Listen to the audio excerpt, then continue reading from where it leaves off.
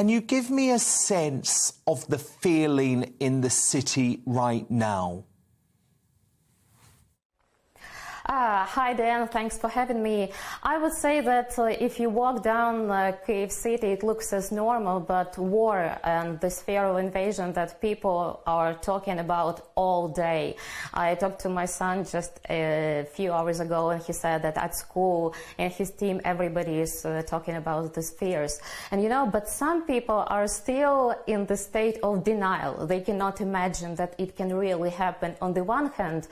On the other hand, that's what we experienced in 2014 in eastern Ukraine. Like, people didn't believe it until they just saw Russian tanks rolling down their main street in Donetsk 2 years after it hosted, in fact, England-Ukraine game at Euro 2012.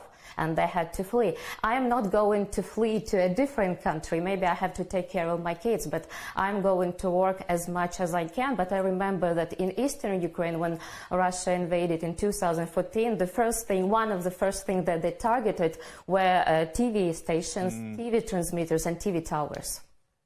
So you worry that if the Russians were to invade, you could immediately be taken off air and presumably stop doing your job as one of the country's top journalists?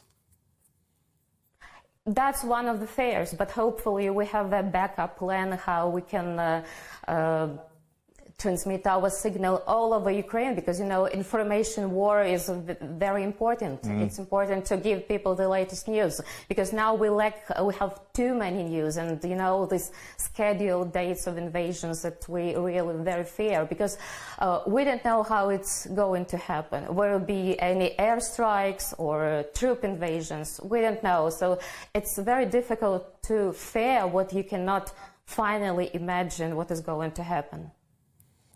Now, Mariska, your husband was an MP. Well, he was previously a journalist, then he became a prominent MP. He's now a member of the reserves. So are you prepared for him to fight if there is an invasion? Actually, yes, he became the member of the territorial defense even last summer, when Putin had the buildup of troops in Russia bordering Ukraine the first time over the past 2 years. And actually yesterday he was called up to the military training camp for a month. So he'll be leaving just in a few days to train.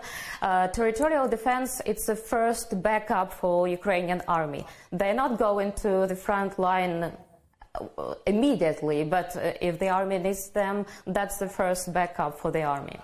And Mariska, tell me about the Ukrainian army, because I've been reading into it a lot over the past couple of weeks. And these are fighters, right? This is a strong army. This is an army that is going to fight to the death if necessary. Actually, Dan, I really appreciate the discussion with your experts that you had on your show that I heard. I appreciate this depth of understanding what is going on in Ukraine and how the Ukrainian army is going to meet the Russian army. It's not going to be, this bread and salt. We're going to fight, we're going to resist. The Ukrainian army is not the army we had in 2014 when Russia invaded. So, and thanks to such countries as the United Kingdom, we're much more prepared now for this new wave of aggression, because we really appreciate all this help that we got from the UK government, and really appreciate it. Mariska, can you just explain to me the psyche in Ukraine around joining NATO? Is it important from a philosophical position, or is it a practical position because you are genuinely worried about a Russian invasion, if not now, in the future? Then I would say I think it's both. Our desire to join NATO is written down in our constitution.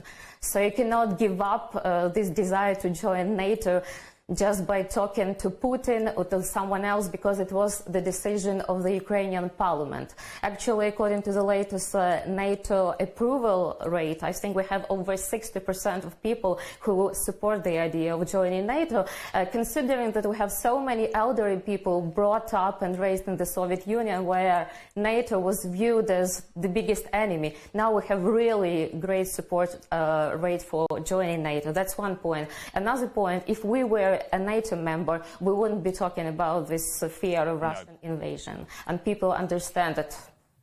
So just finally, Mariska, how much division is there in the country politically? Are you united against Russia, or is there a growing faction who says, look, let's give up our NATO ambitions, let's keep the peace, the threat of war is not good for the Ukrainian economy?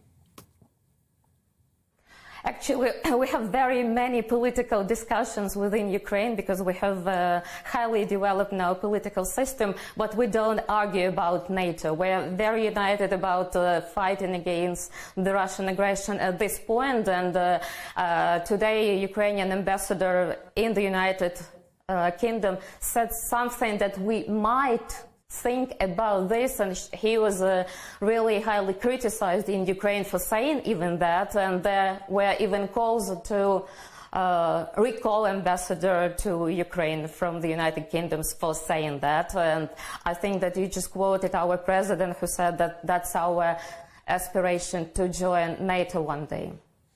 Well, look, I so appreciate the insight from Ukraine. Please do keep in touch with us over the next days and weeks. And look, do keep safe, but I hope there's not going to be any need for that. That is Thank you very Mariska. much. Very appreciative for the support.